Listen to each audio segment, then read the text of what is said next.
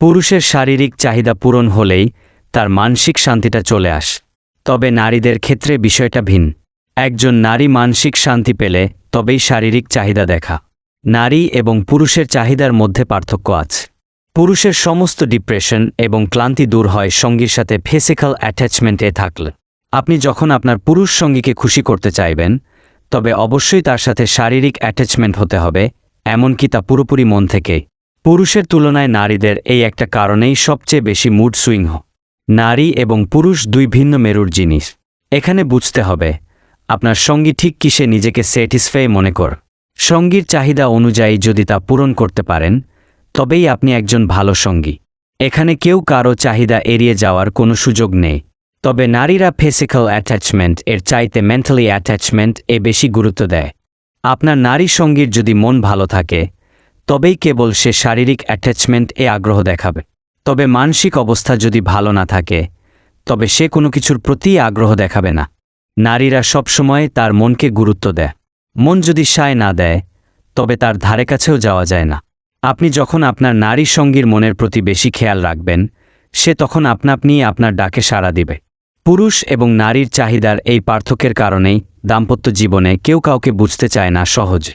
আর পুরুষ সঙ্গীর ক্লান্তি, হতাশা দূর করতে পারলে সে অবশ্যই আপনার প্রতি দুর্বলতা দেখাবে। পরস্পর যদি পরস্পরের শরীর এবং মনের যত্ন নেয়, তবেই পরস্পরের চাহিদা পূরণ হয়।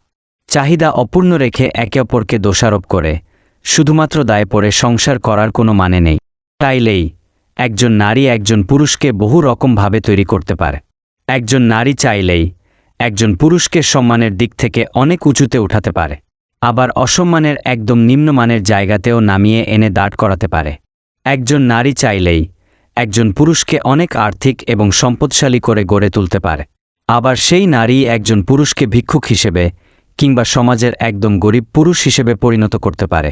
একজন নারী চাইলেই একজন পুরুষকে মা বাবা ভাই বোন ছাড়া করে সে একাই রাজত্ব বহন করতে পারে, আবার চাইলেই সে নারী একজন পুরুষের মা বাবা ভাই বোন এর সাথে মিলেমিশে নিজেকে প্রকৃত সুন্দরী নারী হিসেবে তৈরি করতে পারে।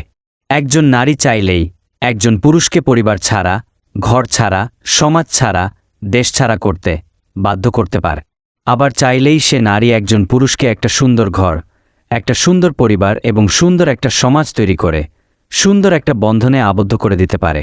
একজন নারী চাইলেই ১৭ রকমের খারাপ একজন পুরুষকে ভালো করে গড়ে তুলতে পারে, আবার চাইলেই সে নারী একজন ভালো পুরুষকে নষ্ট করে সমাজ থেকে উৎখাত করে দিতে পারে। একজন নারী চাইলেই একজন পুরুষকে মৃত্যুর রাস্তায় পৌঁছে দিতে পারে, আবার চাইলেই সে নারী একজন পুরুষকে মৃত্যুর হাত থেকে বাঁচাতে পারে, শুধু কেবল রব এর হুকুমের মৃত্যু ছাড়া। একজন নারী চাইলেই একজন পুরুষকে বস্ত্রহীন পাগল, উন্মাদ বানিয়ে রাস্তায় ছুঁড়ে ফেলে দিতে পারে, আবার চাইলেই সে নারী একজন পুরুষকে রাস্তা থেকে তুলে এনে নিজের যত্ন আর ভালোবাসা দিয়ে স্বাভাবিক সেন্সে ফিরিয়ে আনতে পারে এবং মানসিকভাবেও সুস্থ করে তুলতে পারে। একজন নারী চাইলেই একজন পুরুষকে দিয়ে গোটা পৃথিবীটা অন্ধকারে আচ্ছন্ন করাতে পারে, আবার চাইলেই সে নারী পুরো পৃথিবীটা আলোয় আলোকিত করে বদলে দিতে পারে। একজন নারী চাইলেই একজন পুরুষকে জাহান্নামের বাসিন্দা বানাতে পারে, আবার চাইলেই সে নারী একজন পুরুষকে জান্নাতের পথ খুঁজে দিতে পারে। একজন নারী চাইলেই একজন পুরুষের সমস্যা কারণ হতে পারে, আবার চাইলেই সে নারী একজন পুরুষের সকল সমস্যার সমাধান হতে পারে। একজন নারী চাইলেই একজন পুরুষের সুখ হতে পারে, আবার চাইলেই সে নারী একজন পুরুষের দুঃখ হয়ে আজীবন পুরুষের জীবননাশ করতে পারে, ইত্যাদি ইত্যাদি। একজন নারীর শিক্ষা, চিন্তা, চেতনা, শক্তি, ক্ষমতা, ভালোবাসার মায়া, মমতা এবং সভ্যতা অনেক প্রখর হয়। তাই নারী চাইলেই অনেক কিছু করতে পারে। প্রতিটা নারীর প্রেম হোক তার সংসার, প্রতিটা নারীর ভালোবাসা হোক তার আপন প্রিয় স্বামী, প্রতিটা নারীর মায়ের বাঁধন হোক তার বুকে আগলে রাখা ধন, প্রিয় সন্তান। নারী, তোমার প্রতি আমার অগাধ বিশ্বাস। তুমি সব সময় তোমার সৌন্দর্য, তোমার সকল গুণ দিয়ে আগলে রাখ। ভিডিওটি ভালো লেগে থাকলে একটি লাইক দিয়েন, চ্যানেলটি সাবস্ক্রাইব করে পাশে থাকবেন। ধন্যবাদ।